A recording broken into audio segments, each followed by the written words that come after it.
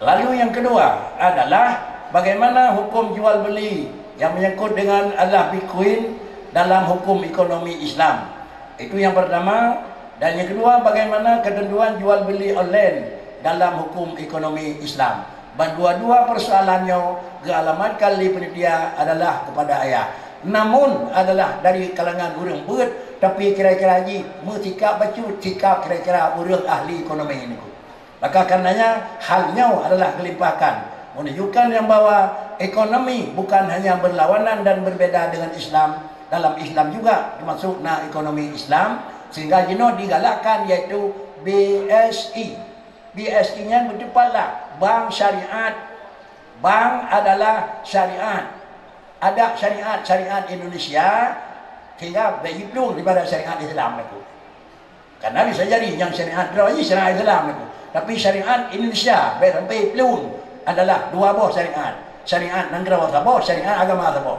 Inilah halnya yang akan disampaikan oleh ayah. Mohon ayah memberi penjelasan untuk dua poin tersebut. Dipersilakan.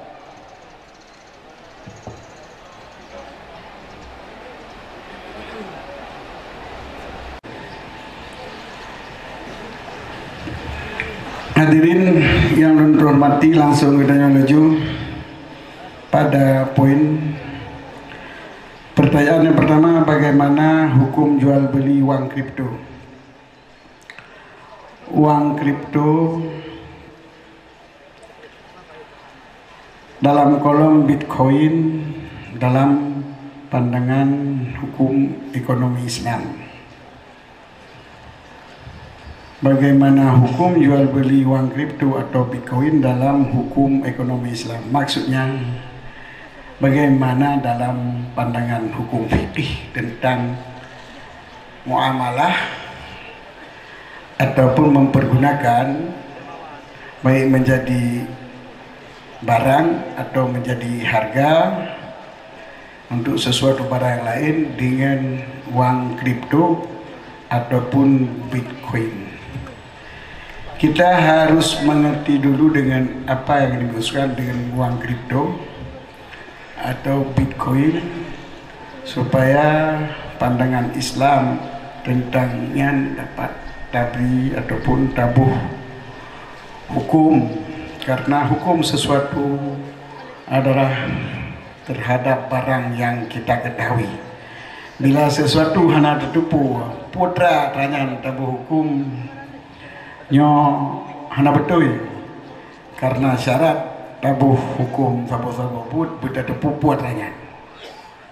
Jadi BMI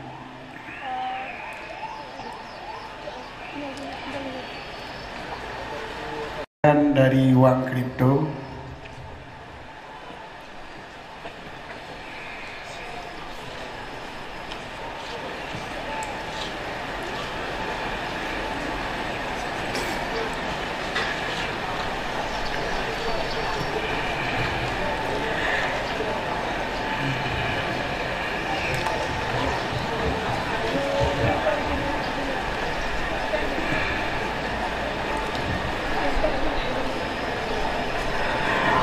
uang kripto, uang elektronik, uang kertas.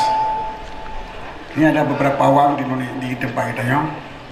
Yang pertama peng kertas, yang kedua peng elektronik, juga dalam udara memang hana, tetapi dalam tabungan bank. Misalnya bank BCA dikeluarkan uang elektronik, jadi bank walaupun tanya mempunyai KB kilobit tak pergunakan pada komputer ataupun pada HP, yang namun dasar kilobit tersebut akan terjadi peralihan pemilikan yang kemudian ditanggung oleh pendiri bank, yaitu ditanggung oleh BCA, ada perusahaan yang menanggung. Itu adalah uang elektronik. Maka beda dengan bank dengan uang kripto. Uang kripto itu tanggung jawab bersama di dalam blockchain. Blockchain adalah buku besar yang bisa diakses sesama pengguna Bitcoin. Yang dinamakan dengan uang kripto adalah cryptocurrency mata wang yang tersembunyi. Mata wang yang tersembunyi adalah sifatnya anonim, yaitu tidak ada identitas. Lagi wang rupiahnya wang negara Indonesia, wang elektrik BCA kan ada identitas masing-masing. Tapi wang kripto itu siapa yang punya penanggung jawab itu tidak ada. Hanya kita sesama-sama yang masuk dalam aplikasi itu, yang memiliki blockchain kemudian disimpan dalam blockchain, itulah baru kepemilikan berputar-putar di sana. Jadi penjelasan mana punya wang kripto adalah mata wang tersembunyi. Yang namanya tersembunyi anonim, tidak ada identitas. Jadi hana mupat tak rela palapa, gadah palapa hana merumpak pu, hana merumpak sinyal HP ataupun sinyal wifi. Nyo gadah nyo pempeng hana umpat di batok kapengan hana ada umpat li no. Gadah lah udara. Tapi selama nanya, pengen tetap disimpan dalam buku yang dinamakan buku besar yang bisa diakses, yang dinamakan dengan blockchain. Nah. Jadi alhasil fatwa para ulama Darul Ifta Mesir telah memfatwakan, membaca juga fatwa Darul Ifta Mesir. Nanti bagaimana kalau pegah puno wang yang hana identitas, penyo hana alamat, hana mupat format, cuma nak terdaftar dalam buku draw yang khusus isinan putar-putar draw ini, maka dalam halnya di nak terjadi menyokun fatwa Ifta Mesir kali pelajari konyan dampak negatif bagi perekonomian dunia. Ngamestina.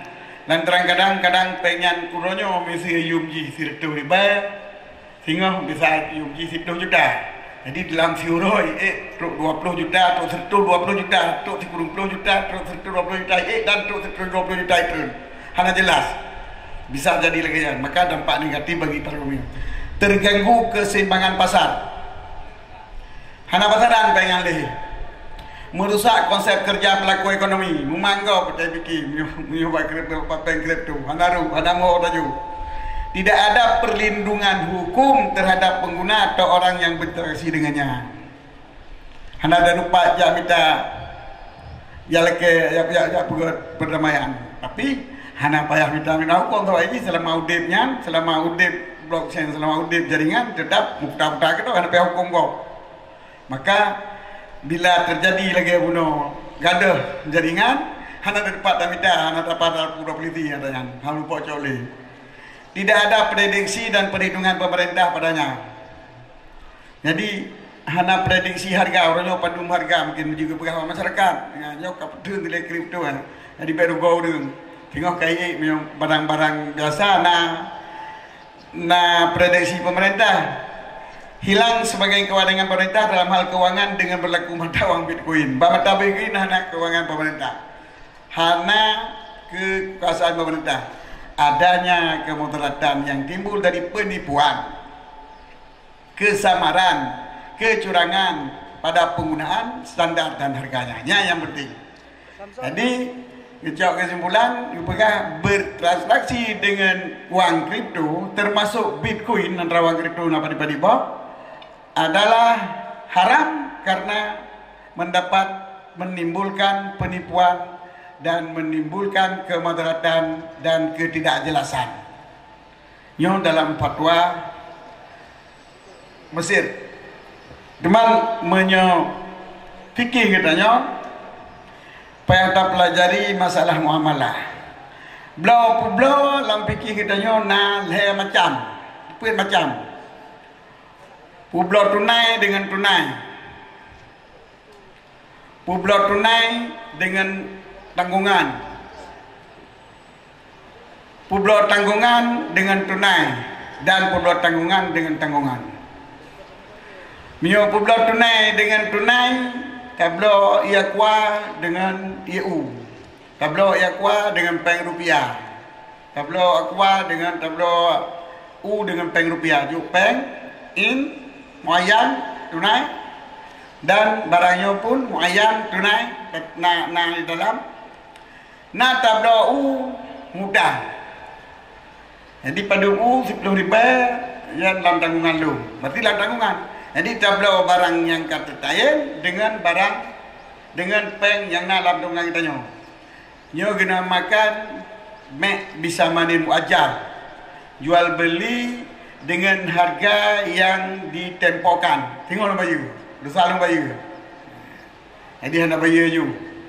Yang kun publo barang muayan dengan publo nyansah. Yang pertama buno sah, blow in dengan insah, blow barang yang sah. Nah, tapi syarat menyoblonyo dalam tanggungan sah dengan syarat-syarat drawing. Olehnya baik mengandung jenis ribawi, mengandung jenis ribawi indri, kalau elam, kita blow dengan tirak, nyo hanjit dalam timah, harus isinan jubayu. Tablo makanan dengan makanan menanjit tertukar sirah dengan ber hanjit cok sirah cok kuah kuih dah kena bak kuih dan ni di bak kuih malnya dengan ber tukar.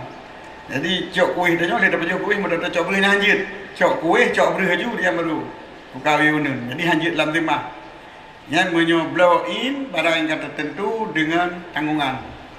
Kemudian tablo barang dalam tanggungan dengan peng yang tertentu. Nyo dua macam, nah dengan lafaz salam, nah bukan dengan lafaz salam. Pendapat yang muktamad dengan lafaz salam dan bukan lafaz salam beda.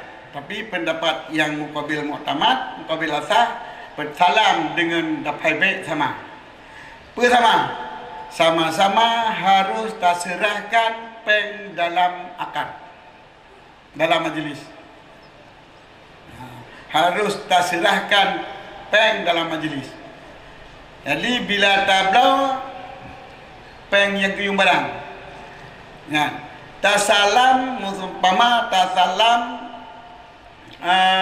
saboh benda bak urang mekat dengan harga 100 ribu. Nyo lu pesan bak drone kulung pinggan yang meno bentuk long salim badrau nepingan yang meno bentuk dengan harga 100 ribu. Nyan peng 100 ribu apa hajuk la majlisnya laju. Hanya terahkan tu. Peng 100 ribu apa nyai ke salam. Tapi menyo ulun blow barang badrau ni pingan badrau ni dengan harga 100 ribu. Nyo jut hana tajuk tapi wajib tak pemberi ngan penyo. Tapi hana lunjuk ino untuk lunjuk jut. Nyan beda sangat baju. Menyongan lapai jual beli harus tak pemberi dalam akad yumji dalam majlis nyan yumji walaupun hana tajuk di tinan. Tetapi menyo lapai salam payah tajuk tinan. Nyo beda di antara lapai salam dengan lapai jual beli. Menyo bak pendapat yang muktamad. Itu pun sah dengan syarat-syaratnya. Kemudian yang keempat adalah jual dalam tanggungan dengan atas dalam tanggungan. Nyo yang khilaf kebanyakan ulama pendapat pegah hansah. Tapi nasi yang pegah sah menyoba atlah yang kalihna dalam tanggungan. Nyo penjelasan ini lebih luas daripada jual Bitcoin. Jual barang dalam timah adalah tidak sah. Jadi oleh karena demikian maka Bitcoinnya yang pertama ialah hana tembang dia bermula. Lantaran lupa hana mupo. Sebab tapat so isinan wata blong tamang gede dalam blockchain. Jadi blockchainnya kau deng. Jadi dalam temah blockchain ni tamang. Berarti perlu blok saja. Jadi Bitcoinnya dia tak perlu dalam blok apa. Jadi hana so temah. Jadi hana musabah pi syarat babi kuinya untuk ala jual beli sebab jual beli pun ini yang kamu ayan ataupun alam temah. Sedangkan peng bitcoin hana alam temah maka hana sah muamalah dengan peng bitcoin. Yang kita pelajari dalam hukum fiqh kita nya. Kang kesimpulan yang bawa belanja dengan bitcoin tidak sah baik sewa menyewa atau jual beli karena bukan harta dan tidak ada dalam tanggungan siapapun. Karena itu bukan harta yang muayyan dan tidak ada tanggungan dalam zimmah siapapun ataupun orang yang tertentu, tetapi dalam tanggungan blockchain yang sifatnya adalah anonim, tidak ada identitas. Nyo saboh permasalahan. Kemudian yang kedua, jual beli online. Jual beli online adalah arti on itu hidup, land jaringan. Online arti jual beli dalam jaringan yang hidup. Jadi jaringan yang hidup, telepon, HP, Telegram itu mandum dalam jaringan. Punya offline, anak udah jaringan, tapi langsung tak blow. Yang beda blow online dengan blow. Masalah jual beli online ini berarti dapat diartikan adalah melakukan transaksi jual beli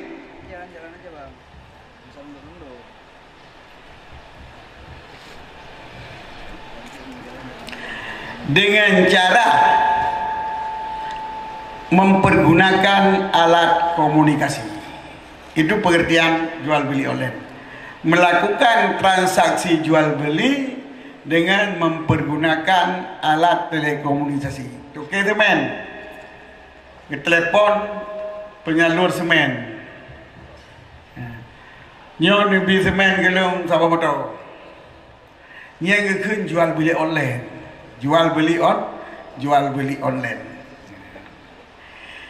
Maka di segi akad dengan mempergunakan alat telekomunikasi itu telah dijelaskan sah oleh Syarwani di dalam kitab Hasyiah Tufah.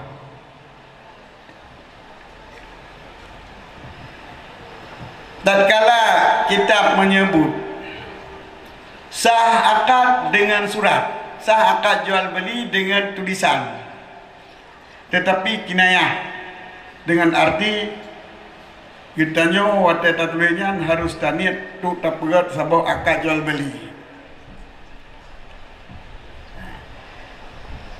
Oleh Syarwani disebut wa misluha khabarustil.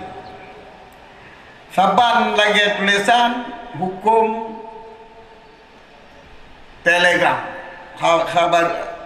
Khabarusilki adalah berita di dalam tali. Berita di dalam talau. Jadi pakai talau telegram ni kan ataupun telepon. Berita di dalam tali. Jadi haba dalam talau. Apui dalam besar. Yang mana haba dalam talau, apui dalam besar. Kan ia bilang besar. Jadi khabarul silki dalam bahasa kitanya ikut dengan berita khabar silki di dalam jaringan. Jadi sabar lagi menurut khabar dalam talau. Berarti pakai talau, silki ji pakai talau, yaitu telegram ataupun telepon. Fi hazimil azminah, rupanya Pak Masa Syarwani karena telegram. Fal aqdu bihi kinayatun fi mayadhar. Maka tapegat akad dengan jaringan online adalah hukum kinayah. Jadi kesimpulan yang pertama, membuat akad jual beli dengan cara online adalah boleh, tetapi di waktu kita bicara dalam telepon harus ada niat untuk membuat akad jual beli. Yang pertama kali. Kemudian terjadilah hal-hal yang hanya mencukupi syarat penjualan pada jual beli dengan online. Karena syarat jual beli diantara lainlah memberi barang ataupun disebut sifat-sifat barang pada orang yang belau. Iaitu dengan bank fizimah. Jadi salam ataupun belau muayyan. Menyoblau in nyo syarat ji benar kalian barang hanya kalian gambar. Syarat ji kalian barang hanya kalian gambar. Kata apa? Menyoblau dalam tema pun hanya tunjuk dalam gambar. Harus tersebut sifat-sifat ji. Menyoblau dalam tanggungan pun harus sebut sifat-sifat ji. Semen andalas nya kaji bahan lalu tipu ji. Semen padang kaji bahan lalu tipu ji mulut tipu tu kawan tu. Nya menyoblau dalam tema. Maka orang belau online klik ajunya sifat hanya sebut membaca mentang yang terbenar kepada tipuan karena nak pernah mendengar orang belau belau gym hijau tabun B. Maka sifat yang disebut harus jelas. Kemudian yang kedua, Hamzah terpegat belau alam tema dengan cara online sebab mungkin tajuk peng dalam majlisnya. Mungkin tak kirim ke bank. Bank itu bukan menyerahkan, tetapi bank itu menghiwalahkan dalam bahasa kita. Maknanya mengalih kepemilikan. Bank itu pengalihan kepemilikan, tidak menyerahkan. Bank yang nak dalam rekening kitanya, umat tak kirim ke lain dialih pasal dalam rekening lain. Jadi pengalihan, bukan penyerahan. Jadi kirim bank bank bukan penyerahan, tetapi pengalihan. Bila diserahkan matanya je, tapi hanya mungkin. Kecuali terhijau orangnya, terhijau ATM. Kalau kirim bank, terhijau ATM. Kalau macam mungkin ada pegawai banyak ATM, ada ATM. Membayangkan pegawai dua ATM. Jadi hanya mungkin tak serahkan yum dalam akad. Maka belau online yang kau berlaku ini tidak memenuhi syarat kalau sebagai bek fizimah. Bek musuh fizimah yang mana syarat? Yang pertama, sifat jihana tak jelas. Yang kedua, penyerahan samanji, yaitu tidak mungkin dilakukan di dalam majlis akad.